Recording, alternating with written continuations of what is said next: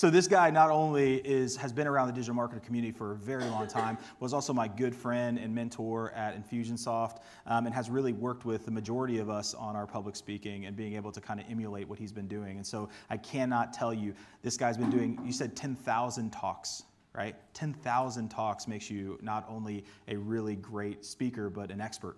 And so can you please help me welcome, for the first time on this stage, Mr. Chad Kerby.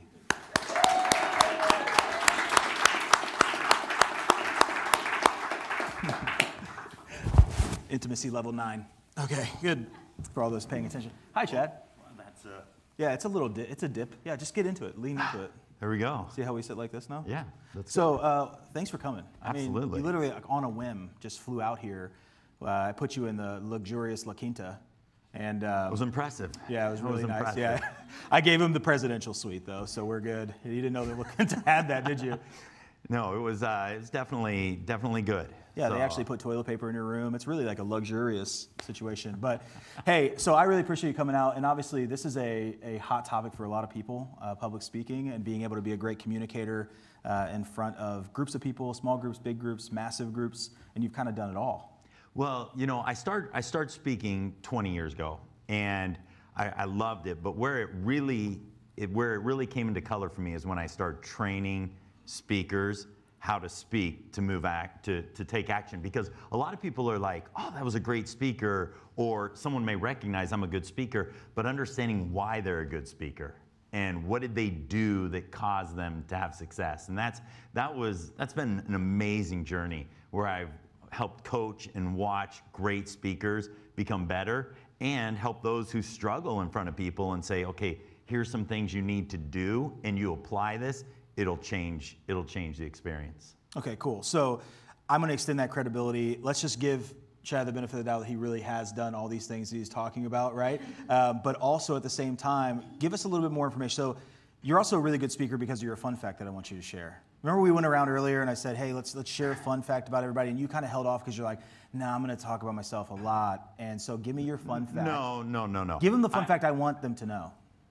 My wife and I have been married 21 years, and we have 9 kids. And so, but I don't really like the kids, but they provide great stories. And so I spend a lot of time public speaking, and so my children, that's amazing, the stories that they experience. And so that's why Marcus calls me, and I'm like, yeah, I'll be there. Hey guys, we'll see you in a couple days, you know, there. But in all seriousness, Marcus, we kid, but love my kids. Awesome, they're in my life. Love my wife. She's amazing. She is an entrepreneur at heart, and so she's always excited about business and growing businesses. And she doesn't like to public speak at all. And so she's like, you speak, I watch. That's how we work this marriage.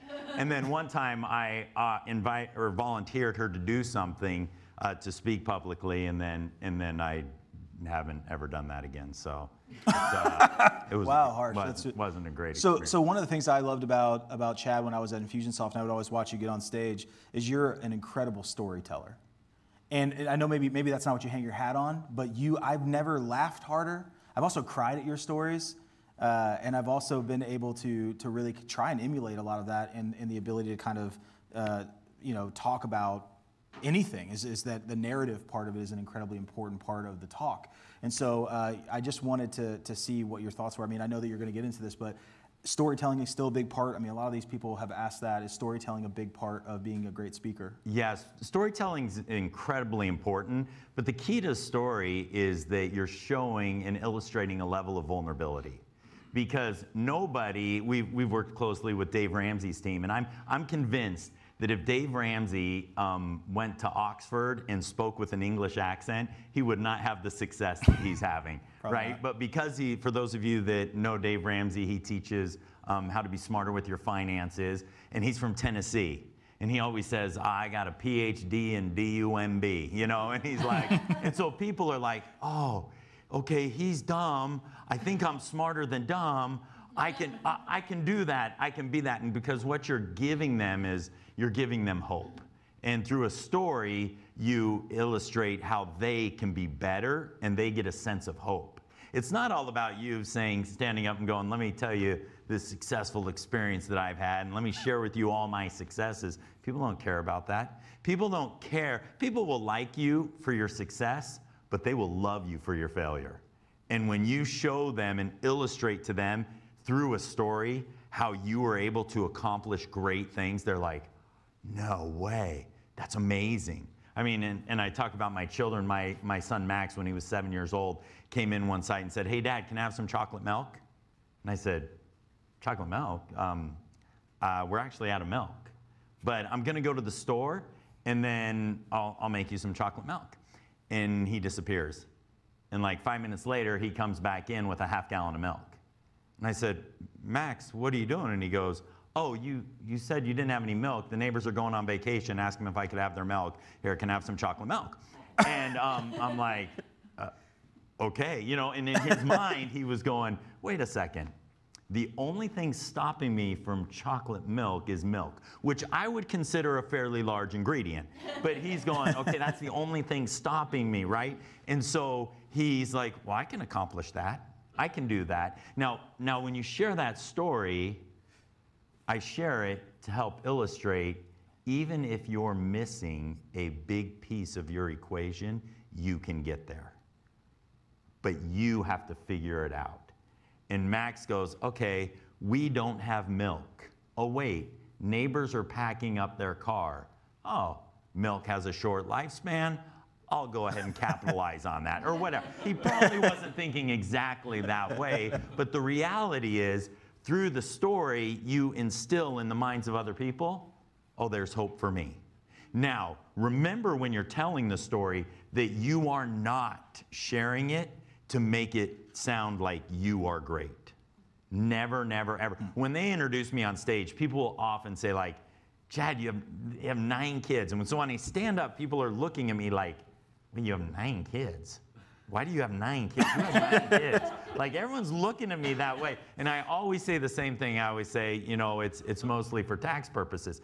And everyone's like, oh, okay, that makes, wait, no, and they stop. But the reality is, through a story, you're trying to diffuse the situation. You're trying to get them more enrolled. And you're also trying to get them on your side through the experience. Because what you want them to know is that you are them. You are them, and you have just been down the path a little bit further than them. But guess what? I can get you there. So let me share a story that will help get you there. Wow, that's really good. And a lot of times I feel like, first of all, that's amazing. Can we get a round of applause for that? That's freaking really good. I think that it's funny because a lot of times when we speak are people that really want to speak. You ever meet people that are super gung-ho to speak? But it's mostly that because they want to be famous. And let me say this, because some of the best speakers I've ever seen are truly interested in other people. Absolutely. Right, Absolutely. but there are a lot of people in here that are sitting around, man, I just want to be a public speaker. There are a lot of young people on my teams who are sitting there going like, man, if I could just be an incredible speaker. And they see Gary Vaynerchuk's of the world, and they see all these people out there grinding it out and being the public-facing thing. Like, can you tell me a little bit about, like, demystify that for me? Okay, that's a great point, because think about, I don't know how many of you in here or on the live stream are familiar with Rob Haggerty, one of the top... on our team, yeah. Yeah, top members of your team. He's a phenomenal individual. He's always about serving other people. Rob is like, okay, how can I get this person to the next level? And because he's always doing that, he has amazing success. You know, it's been said you can get anything you want in this world if you help enough people get what they want. Yeah. And when you're sitting there saying, okay, I'm gonna stand on stage so that everyone can look at me, no one wants to look at you. When you stand on stage and say, you know what, I have something I think that could bring value to the lives of other people, then you should be the one on stage. And by the way, you're the one that people are wanting to listen to.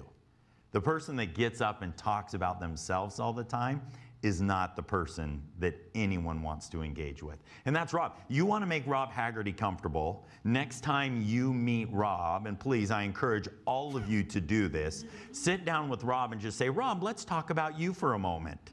And he'll be like, no, no, no. Like, he'll get scared. He'll be terrified. He'll be like, this is scary. I don't want to talk about me. I'm scared, you know, and because he's all about helping other people. If you want to be a fantastic speaker, and I appreciate you bringing this up, if you want to be a fantastic speaker, you start thinking about the value you are going to bring to those who are listening rather than what you're going to get from the speaking experience. Yeah, because a lot of people in here, the way that we position speaking as agencies or businesses is that we want to get in front of people, to get the attention, to convert them into whatever product or service we have, and that's a really great avenue to do that, right? Being a really great speaker puts you in front of people, which gets you the opportunity to have future clients and customers. Now, what you just said is that that's true. Absolutely. But you better be there to serve them, or they'll notice, and they will actually hate you for it. Right, and I want to just say and add this piece. Now, please don't think that I am not a grateful person. But be careful how often you use the words thank you from stage. Be careful how often you thank the audience. And let me say before you're like, wait, what are you doing? You are providing a great value to them. And instead of saying, oh man, thank you, thank you, thank you, thank you so much for listening to me, thank you so much, say, hey, so glad to help. Absolutely love doing this, love providing this value, it's awesome. And it's tempting to always thank. And when someone comes and thanks you afterwards and says, wow, that was an amazing presentation. I'm glad it was helpful. I love doing this. And it changes it makes it about them. When you use the words thank you too much in regards to the exchange of value, it makes it sound like you're a commodity. And so it's tempting to say like, I mean, hey, thank you so much for listening to me. I know it's painful. You know, it's like, wait, what are you doing? No, I'm providing a value to you. Think about one of the most successful chains, fast food chains out there is Chick-fil-A, right? And when you say thank you to Chick-fil-A employees, what do they respond with? It's my pleasure. I absolutely love doing this. It's my pleasure. And people are drawn to Chick-fil-A. It's a religion to some people, right? And that's what it's all about. And that's the world you want to create. When you get on stage, you're there providing great value. You're not begging them to listen to you. You're providing value that's going to change their life and make their business better. And when you understand your proper role in that equation, then people are going, wow, yes. This is awesome. And you understand, you cannot ever once think, oh yeah, well, I am pretty awesome. You know, my mom always told me that. You can't do that. You have to always say, hey, it's my pleasure. This is what I love to do. So first of all, I know that there's actually a deck here behind me. I know there's a presentation here, but I love this. And I just have a couple more questions because I think that I want to make some assumptions about the room and the people. And by the way, if you do have a question, Marcus is dying to use this again. So if something comes to your mind, go ahead. So here's a couple camps too. I would rather be dead than be a public speaker. And then the other one would be something similar to that, like a Slack message on our TV here, would be something like, somebody's sitting around right now going like, I've never really spoke before. Should I get on stage and act like I've been there before? So the two things I want to know is somebody's like, hasn't done this, but they're thinking about doing it. They're listening to you and they're like, man, I have a son named Max and this will be phenomenal. And what they're really getting into is being like, how do you overcome the fear of getting on stage with purpose? And then the other one is once they're out there and it's their first time, should they be vulnerable enough to talk about that, or should they just go and try to act like they've been there before? Okay, the first thing is this. If you are nervous about getting on stage, please understand that's okay. But also understand this. You have a certain value that people need to hear. And you need to get over that fear. Well, you go, well, Chad, that's easy to say. How do you do that? First thing we need to acknowledge is that it's not about you. Now, we sometimes think in our mind that we have to create this presentation where we sound all good and we look like we wear a lot of cologne or whatever, right? And we're this type of speaker. That's not the speaker that people are interested in listening to. People are interested, and we would get into this in Key 4 in a minute, but people are interested in people being authentic. So rather than understanding, and a lot of fear is, man, I've seen Marcus Murphy get on stage, I've seen Ryan Dice get on stage, how do I do that? Well, don't compare yourself to them. You be you, and you be the true version of yourself. When I first started posting videos on Facebook, I had a good friend, Francis Jones. You know Francis. He would watch the videos and he'd say, "Your videos are painful." And I'd be like, "What do you mean they're painful?" He goes, "Do you ever talk like that?" And I was like, and he's like, you get on video. And so the video would come on, I'd be like, "Hey everyone, Chad Kerby here. Now, let me share with you." And he's like, I've known you, and Francis and I have known each other for 30 years. And he goes, "Bro, we've never sat down and you've ever said, 'Hey, Chad Kerby here. Have you ever wondered?'" You know? And he's like, "That's never happened." He's like, "So why don't we have the video experience just be like you're talking to me? Just pretend you're talking to me. Hey, Francis, here's 3 things that I would consider doing that." And he's like, "Yes, that." And so then he watched me over and over again. And Francis, he was a close enough friend that he could say painful things, but it changed me completely. And it's because I became more myself. So as you think about the fear that you might have for public speaking, understand this: the world will love you for you, not when you try to be somebody else. And so when you're preparing your presentation, think about how you can make yourself more part of the presentation rather than making someone else's presentation yours. I love what Ryan said earlier today when he said, "We have the templates for you. Now go make them yours." And that's the key. Go make them yours. And you're like, "Yeah, but I've seen Marcus do this really well. He puts his hands together. He stands this way." Don't worry about how Marcus does it. Marcus does it very well for him. Ryan does it very well for him. How can you do it very well for you? Now, the second question you asked was, if you are new on stage, how do you address that? I feel like people do this, and I've seen a train wreck happen here. Okay. Where they're like, "I'm going to get on stage, I'm going to be Chad Kerby. I'm going to be Tony Robbins, I'm going to be these people," and they try to emulate them, and they end up, one, you just can't live up to that standard, right? And that goes for your first point. But I feel like a lot of people will hop on stage and they want to just kind of be like, "I'm going to be somebody else and fake it till I make it." That's exactly right. And I'm just going to forget about the slide deck because we're just going to go. No, let's go. Exactly What's right. next? No, we're just going to stay right here. This is great. Yes. And let me say this: when I started public speaking 20 years ago, a little over 20 years ago, the President of the United States was a man by the name of Bill Clinton. And Bill Clinton, in my opinion, was a phenomenal public speaker. I thought he was very good. And so I used to watch him for hours and hours and hours on end. And so when I started public speaking, I would give my presentation, but then I would slip in, I kid you not, I would slip into "and that's why we do what we do." And my wife, I used to bring my wife, and when she's my fiance, and then my wife, to all of my public speaking experiences, because she would just tell me exactly, she'd give me great feedback. And so she'd be like, "That was awesome, but then you went into Bill Clinton." And I was like, "No." I said, I didn't go into Bill Clinton." She goes, "Yes, when you were going towards the end, you're like, 'and that's why you have to do that.'" She's like, "Even your hand, what is that? Why are you doing that?" And I'm like, "Well, Bill does that," you know, and she's like, "Don't ever do that." She's like, "I loved the presentation until you became Bill." And that's the same with all of us. I mean, you look at and you can look at a lot of the presidents of the United States who are great public speakers. You go look and see how Martin Luther King spoke, or whatever public speaker you really admire. Learn from them, but don't become them. And don't talk like them. Talk like you talk. And that's what Francis was trying to teach me on video. He was saying, "Listen, be authentic to who you are, and people will be attracted to you." If you're not authentic to who you are, so you're standing up in front of a room, say you're in front of a room of 300 people, and you're teaching about your agency, or you're teaching about what you do.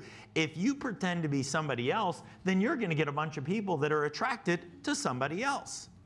Be who you are, and then the right people will raise their hand and say, "Yes, I want to engage with you."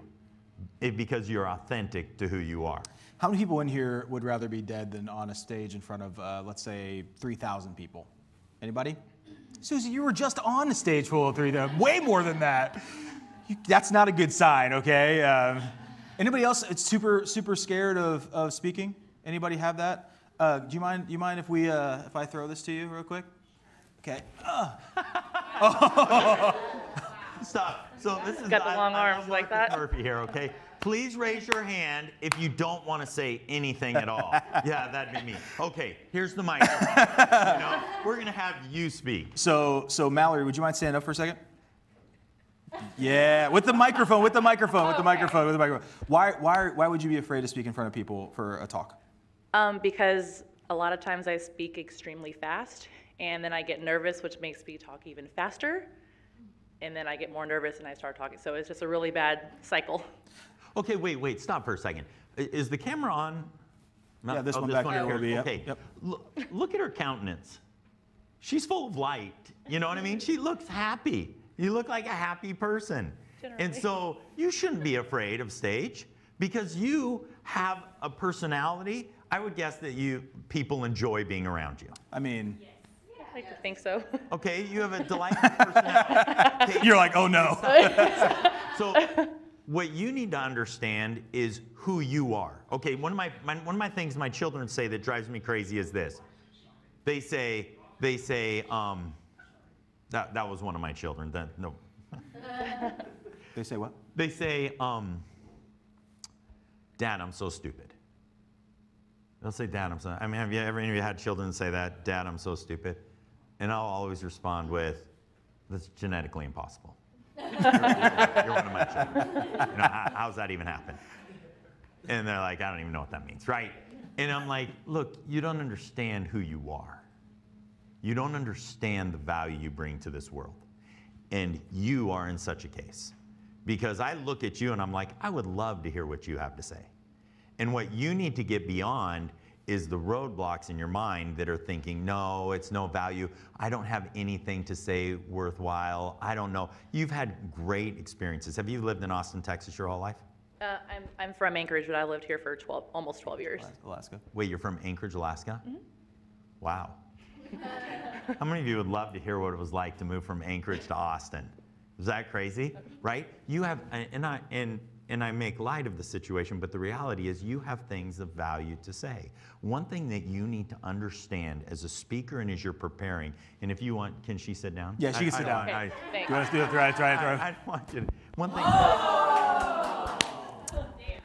Hey, I heard Marcus. I heard you had quite the soccer career. Yeah, like 50 pounds ago, I was pretty good. We got to get on the pitch, brother. I don't know. Okay. One thing that you do, and you have to discipline yourself when it comes to speaking, is we are very good at discounting ourselves.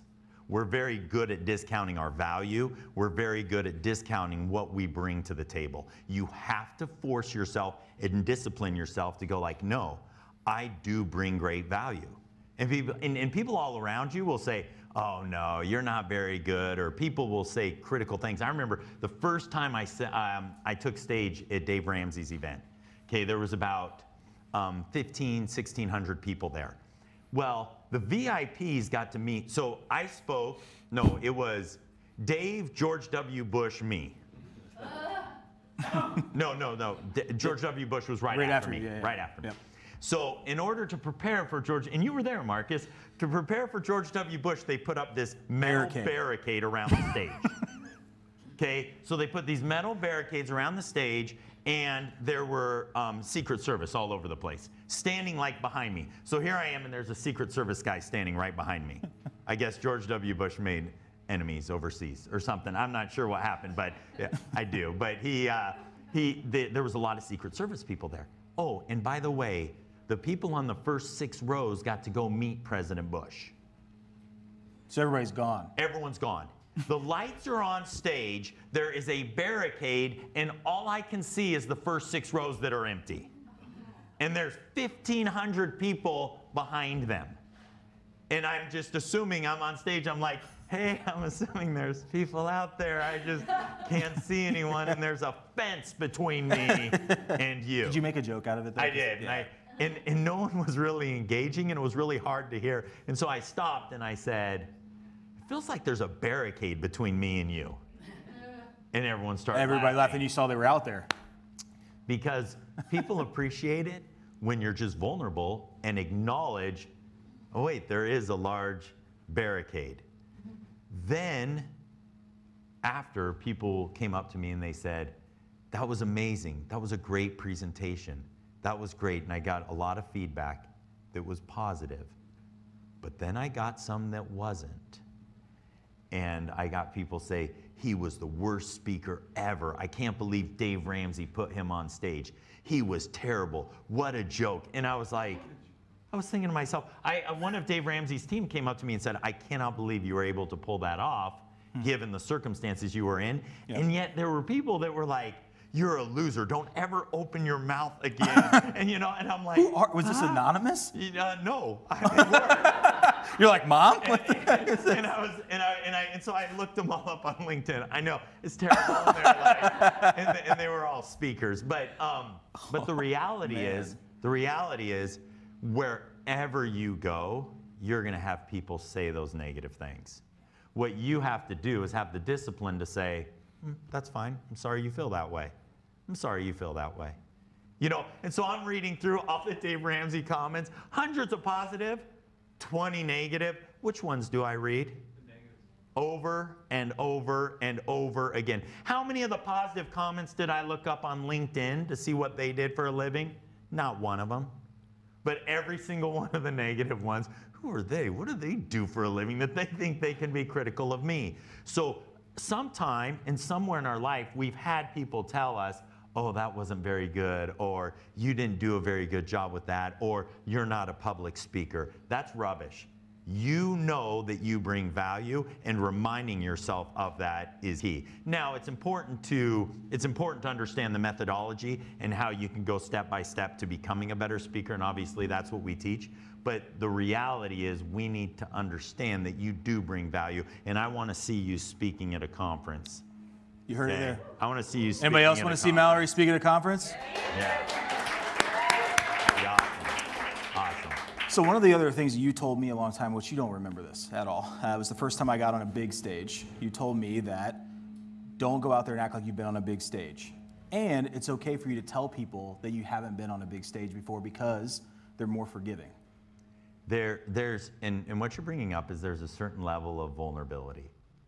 And people, when you get up on a big stage, and if you haven't spoken to 10,000 people before, or 5,000, or 1,000, or 100, whatever it is, it's okay to say, wow, this is a big group. I'm excited to be here. And acknowledge that certain level of vulnerability. How many of you were at Traffic and Conversion?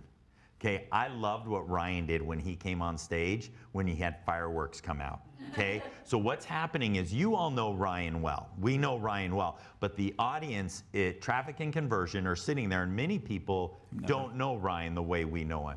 Okay, and so Ryan comes out on stage, and there are fireworks, and so you're sitting there going, wait a second, does this guy really believe this stuff or not? That's the question that a lot of people, right? So if Ryan comes out and walks down that little walkway in between and puts his arms out like a LeBron James coming into a game, like, yes, the fireworks, Traffic and Conversion has finally caught up to me. People are like, wait, who is this guy? But he showed a level of vulnerability when he came out, and he's like, what are these things? Are these for real? And people are like, oh, he's not like that. Okay, he's just like me. Ryan's just a normal guy, just like me. And then he even, I believe, at this Traffic and Conversion, he even shared the story of the elevator when Ryan got on the elevator, and the individual on the elevator is like, hey, are you here for the conference? and he shares stories like that to show a certain level of vulnerability. And so when you're on a big stage and it is overwhelming, it's okay to say, wow, this is big. Don't ever get up and be like, oh, there's only 5,000 of you here. I'm used to 10, but I'll work with you. Don't try and become something you're not. People appreciate people that are vulnerable. Yeah, especially when I did walk out on stage and I was like, wow, this is an incredible feeling to be out here.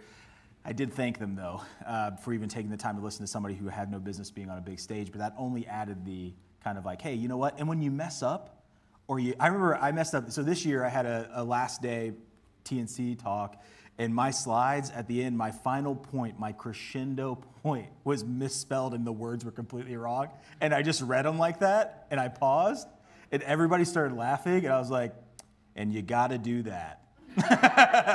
Which was funny because it was awesome. I was in that presentation and I saw you do that and I was like, that's epic. That's epic. Because Marcus, everyone knew the words were misspelled. Yeah. And so you can't be like, these words really aren't misspelled. And you can't throw someone under the bus. You're like, Richard Lindner told me he was going to do that. You know, and you can't do that. But he just be vulnerable. The best presentation years ago when I was selling from stage for Infusionsoft, the best presentation I ever gave from a conversion standpoint was when my clicker broke. And I was up in front of a bunch of dentists. And I was like, tough crowd. Okay. And I was going and I started clicking and it didn't work. By the way, most people, most good people, want you to be successful. So when someone is having an issue like that on stage, most people are going, oh, you know, I hope it gets fixed. You know, no one's like, good. I hope they're miserable up there. Start crying. You know, no one's looking for that. There's some sick people in here that might be like that. So, I don't know. But they're saying, oh, I want you to be successful. Chad, oh. And so I'm like, I stopped and I said, okay. The clicker's not working. Well, they all know that, right? And I said, so I'm going to point to the lady in the back of the room every time. And she was sitting at the thing, and I was like, trying, and we had fun with it, but there was a certain level of vulnerability. So when you realize it's okay to be vulnerable, it's okay if everything doesn't work out. It's okay that at the largest event digital marketer has ever put on, you're on the main stage and the words are not spelled correctly or half of them are gone. It's okay. It's okay. It ingratiated everyone to Marcus. People are like, wait a second. Marcus is a real person. I like him even more. Now, it has to be real. Like Marcus can't purposely misspell words and be like, hey, I didn't expect that. You know, people are like, come on, Marcus, I've seen this presentation 3 times. That's the same way. No, but it's funny you say that because there are people like, people will misspell words as attention resets and all these little weird tricks and all this stuff. And I'm like, man, just get up there and provide value, right? Yeah, well, and maybe it's just me, but I make enough mistakes on my own that I don't need to plan for additional mistakes, right? They're going to happen. I don't need to package them in my keynote. So so that's a perfect transition to slides and some points because there are actual steps in your process. I've literally, first of all, just totally commandeered this and made you this has turned into like a late night TV show, and I'm really sorry. Yeah. But there are probably actionable steps that people should follow. There are actionable steps, and we're just going to talk about 5 of them. How are we on time? Yeah, we're good. Good on time, I don't know. So let's keep going. I have no idea what time we had. Kevin? He's in charge. How much time do we have? Good. Yeah, okay. Okay, good. So we'll just go through these 5 keys. First thing we need to be thinking about when we walk into a room is how do we capture the energy in the room? And so some rooms come prepackaged with energy, some rooms do not.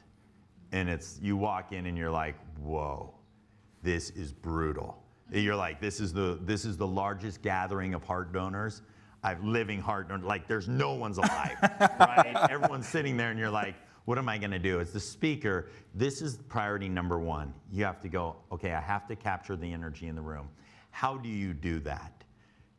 You do it by making your presentation about them as quickly as possible. When Ryan, Marcus, and others get up, they quickly identify why you should listen to them.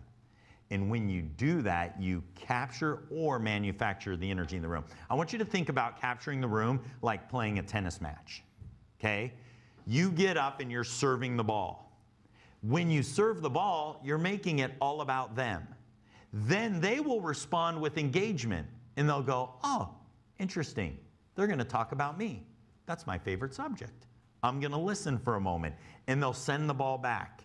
And then you will send it back by continuing to make the presentation about them. Ryan said earlier today, nothing gets people more excited than when you talk about themselves. And so the sooner you do that, and the quicker and more often you do that, the more successful you'll be. The challenge is, as a speaker, is this. People start thinking, wow, I'm really good. And they catch the ball, and they start making it about themselves. And especially when people go into a close.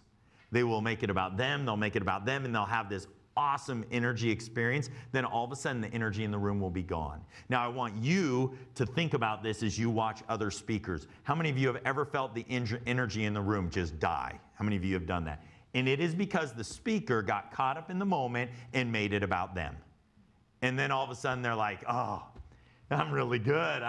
Look at them. They're all smiling. They're laughing. This is great. I'm just excellent. And then people are like, huh? Because as Don Miller says, people have only room in their mind for one hero, and that is themselves. And if you make yourself the hero as the speaker, then the energy is wrong. It feels wrong, and it goes away. So you have to capture that energy in the room or manufacture it quickly. Amazing. No comments about that, Marcus? I've kept the two. ball. I've kept the ball before. Okay. You have to, number two, you have to get the audience enrolled. Okay, the audience is not, the company may have paid for you to come and speak. You may have a great title in your presentation. You have to get them enrolled. And I get them enrolled with something that I call readiness. Okay, readiness is a story, a question, a picture. People will say a joke. I always get nervous about jokes because you never know how they are going to go. And if you are relying on a joke to be your readiness and the joke doesn't go well, then you're in trouble. So enrolling your audience, you have to get them enrolled. Now, if I'm giving a 45-minute to a 60-minute presentation, I'm going to have 3 to 4 readinesses because I have to constantly re-enroll the audience. You're constantly using a story, you're using a picture, you're using something to get them re-enrolled. And what you have to remember is when you approach your audience and when you approach your presentation, you have to be thinking to yourself, what readiness am I going to use to enroll my audience? And so think about the story that you're going to use, the picture you're going to use. So when I construct in the methodology that I teach, I use, okay, readiness. This is the readiness. This is the engagement. This is the action. And we break it down very simply, but actionable. But that is the key piece there, getting them enrolled into your presentation. Number 3, you have to do this. You have to ask questions. Why do you have to ask questions? Okay, there you are. Look at. I know. Yeah. Throw that. Who was it? Oh. Mallory. Now we can't get her off stage. She caught the ball. She caught it. There you go, Mallory. Go. To make sure your audience is still engaged.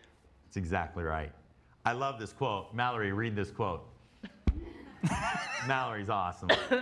Asking questions causes people to take their action faster than any other method, by Dr. Scott Baird. That's it. Asking questions. Why? Because nobody wants to be told what to do. Nobody. So if you're speaking to a group of attorneys, and I use attorneys because attorneys are some of the worst marketers out there, right? Wait, do we have some attorneys here? That's another thing you need to do. Know your audience so you don't offend them, right? Attorneys are some of the worst marketers. So you're getting up and you're speaking to 300 attorneys, and you have services that can help these 300 attorneys. If you get up and say attorneys are terrible marketers, then the attorneys will become almost defensive, like, wait a second, are you kidding me? The 12 of us standing in our suits in front of a bald eagle, that's amazing, right? And they start getting defensive about what they do. But you ask this question, you ask them, how many of you believe that attorneys are horrible at marketing? How many of you believe that? And everyone will raise their hand. Wait, did you just tell them that? No. You got to enroll them. And then, by the way, going back to point number 2, questions are one of the best ways to enroll your audience. Don't tell them what to do. Just ask them a question. How many of you believe that if you spent more time on marketing, you would generate more business for your law firm? Yeah. You know what? If you spend more time on marketing, you would get more clients. Maybe. I think so. I don't know. Because asking the questions does certain things. Let me just go through this. Yep. Did you get a time? Yeah, we're good. We got 10 minutes. Okay. We have 10 minutes. Yeah. We have 10 minutes? It's Kevin's fault.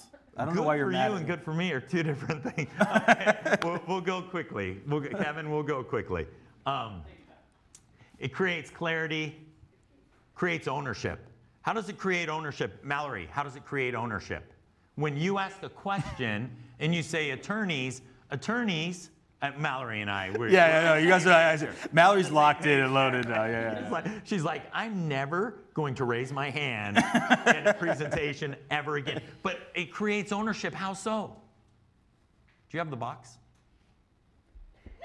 Mallory's passing the box quickly to somebody else. When I say, do you believe attorneys are poor marketers, and they say yes, then how's that creating ownership for them? Exactly. They said it, not you. It inspires innovation. People begin thinking, oh, wait a second. If I spend more time on marketing, could I generate more business? And they start thinking through that process. It develops and deepens trust and then causes people to reflect. You're getting people to reflect. What we want people to do is to change. If you aren't asking them to change, then you are wasting their time. You're asking them to do something to be better. We'll talk about that here in a second. But it also increases their focus. It stays focused right on what you want to discuss. Number 4, we've talked a little bit about this. Make sure you're authentic. Don't try to be somebody else. Be yourself. There are people that are looking. My wife gave me this plaque, and she sets it, it's prominently displayed in our family room, that says, somewhere somebody is looking for exactly what you have to offer. Somebody needs what you have to offer.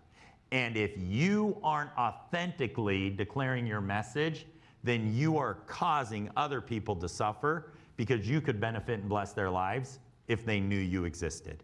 And speaking is a great way to do that. Be authentic. And then number 5, a clear call to action. Make sure that clear call to action is consumable and it is clear. Going back to, I said, if you do a presentation and you don't ask people to do something with it, you've wasted their time. I had, true story, I was speaking at the NSA convention. I know. What? It was years ago. And so I was speaking at this convention, and they're like, don't sell anything. You can't sell anything. And what they translate that is, don't ask people to do anything. So at the end of your talk, make sure they're in absolutely no better place than they were at the beginning of your talk. Don't ask them to take any action, right? Well, people came up to me afterwards and were literally angry at me. They're like, what do you want me to do with what you just said? And this one lady, she was gonna fight me. Yeah. And she was like, and she was like a 65-year-old woman. She's like, I could take you. And she was like, I'm gonna take you down right now because you didn't ask me to do anything with what you just shared. Marcus, I've heard countless people tell me, oh, Chad, I don't sell anything. I'm just sharing information. Really? Then you're wasting people's time. Because if you're not asking them to do anything with the information, then why are you sharing it with them? Well, it's just good to know. Really? It is just good to know. So I'm going to go around this world preaching good to know stuff, right? That is a waste of time. Get people to do something. You're like, well, Chad, I'm speaking at events that it's what they refer to in the speaking world as a non-pitch event. Yeah. It's a non-pitch event. So what? Get them to do something. Because you love the people that got you to do something. Somebody who's like, yeah, I respect that person. they actually made me better. They made me do something more. People love, my kids love their mom. They like me. They love their mom. And Marcus, I'll be in meetings and my phone will they'll just be blowing up. And I'll get call after call after call after call. And I'll be like, wait a second, Tyler, what are you doing? I'm 25 minutes away from home. And he's like, Dad, can you bring me my backpack? I'm like, can't you call Mom? And he'll be like, no, Mom makes me do stuff for her if she has to bring me my backpack. You know, you just bring it. And I'm like, well, but okay, let me see what I can do. So my wife, she creates clear expectations and gets my children to do things. And because of it, my children love her. You and your clients, or your clients will love you when you clearly articulate what you want them to do with the message that you've just delivered. Make sure it's a clear call to action. And by the way, keep in mind this, David Horsager's done a ton of study on trust. He says this, people trust the clear and distrust the ambiguous. So when you have clearly articulated what you want them to do with when you've clearly articulated what you want them to do with what you've shared, then they trust you more. When you get up and talk for an hour and at the end you're like, okay, that was nice, back to Marcus, right? Then people are like, wait a second, what do you do? What do I do with that? And so you have a clear call to action. Be excited about it. And by the way, do I have 3 more minutes? See, Okay, so also this, when the call to action is clear, make sure that your energy level, if anything, goes higher. You're asking someone to do something that's going to change their life. It's awesome. How many of you have ever partaken of Cane's chicken, raising Cane's chicken? Ooh, it's beautiful. It's a spiritual experience. I love Cane's chicken. In fact, I got it for my kids the other night. We got 50, well, because there's a lot of kids. So we got a 50 nugget or strip tray and fries, and they get in that big bag. Put it in the car. We're driving home, and one of my 7-year-old twins goes, Dad, can our car smell like this all the time? He's like, this is awesome. Just because Cane's it's a special place. But when I talk about Cane's, I'm like, it's awesome. Do you see my excitement for Cane's? You're like, it's chicken, Chad, settle down. But it's exciting. I love it. That's how you need to be about your call to action.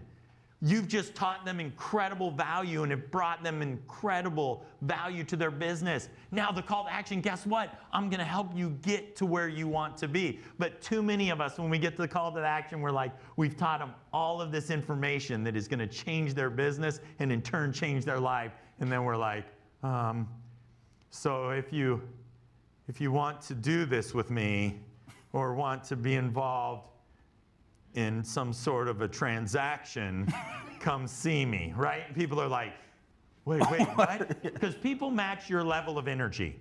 They match your level of energy, and people have said within 3 minutes. So if you're excited and you feel like, man, this business and what I'm doing is going to change your business, your lives, and your family, people are like, yes. But if you start to get nervous and you're like, I'm about to ask them for money, they're sitting in the audience going, well, why am I nervous? I was loving the presentation, and now all of a sudden I'm nervous. And I'm like, yeah, me too. It's pretty scary. We actually now have to make a commitment. No, you have to go and be excited. And people know that their business is going to change because they've engaged with you, so that their car smells like Raising Cane's all the time. And people are like, yes, that's what I want. So pretty great, right? Get it around. That's amazing. That's amazing. So, in conclusion. So what's your call to action? Go to chadkerby.com and fill out the form about the boot camps that we hold, and where we take you through the methodology and then give you hands-on experiences where you will get up in front of group and apply the methodology. And you're like, oh, I don't know if I like role playing and doing those kinds of things. It will change your business. It's Kerby. Don't make the mistake. It's Chad, Kerby. I used to never correct people until my executive assistant booked me a trip to London, and I guess the airlines do care. And so I was like, I better correct people all of the time. So it's chadkerby.com. But in our boot camps, we'll take you through the methodology and then apply the methodology, because I am confident that there are people. Oh, he's getting there. This is the build. This is the build part. Yeah. I am confident that there are people that have the ability. Tough crowd, man. Just brace yourself. Here it comes. By the way, that's another tactic that we'll talk about at boot camp too. Also, your pacing through, because when it got really high with Raising Cane's, you have to calm down a little bit, because I'm asking you to do something different. So I have to change it all the time. Richard Lindner is phenomenal at this. Yeah. And so it's like, I've seen him whisper on stage. Yeah, and so Richard is really good at changing. So if I were to stay and I appreciate you bringing that up, but if I were to have stayed at the same level of Raising Cane's, now go to chadkerby.com. And they're like, chadkerby.com, okay. Canes.com. So purposely, and thank you for pointing out, so purposely I have to slow down and go, okay, we just got really intense with Raising Cane's. I'm not trying to compare chadkerby.com to Raising Cane's. You know, I got to be careful. I don't want to offend any of you. But then go through there and be able to apply and see what works, and understand why, when we go through the boot camp, understand why things work and why things don't work. And then you can be like, oh, that's why my presentation was really good that time, and that's why I struggled at the other opportunity. So it's about you being able to be authentic in your delivery, so that more people can do business with you, because at the end of the day, their business and their lives are blessed, because the best speakers in the world are not about themselves. I talked about it with Marcus, Rob Haggerty, Richard Lindner, the same thing. When you point out Richard Lindner almost disappeared in those back curtains over there. He's like, it's not about me. But I'll tell you, Richard Lindner has a ton of value. But when he speaks, it's because he wants to share his value with other people. And so make it about other people. Understand that there is a methodology to put together a powerful presentation, and you'll have tremendous success. So. Huge round of applause, Mr. Chad Kerby. Hi, I'm Marcus Murphy, and thank you for being a part of this community of marketers and agencies. Participating in this meeting of the minds tells me one thing, that you are dedicated to being on the cutting edge of all things marketing and growth. I'll be releasing a new episode every single week. So if you don't want to miss out on all this groundbreaking content we'll be publishing, click the subscribe button and you'll be notified every time we release an episode. And if you're an agency and you're interested in rapidly growing your business right now, click the link to our webinar below. If you're still here, you should seriously click it, because that means you are truly devoted to learning how to grow your agency.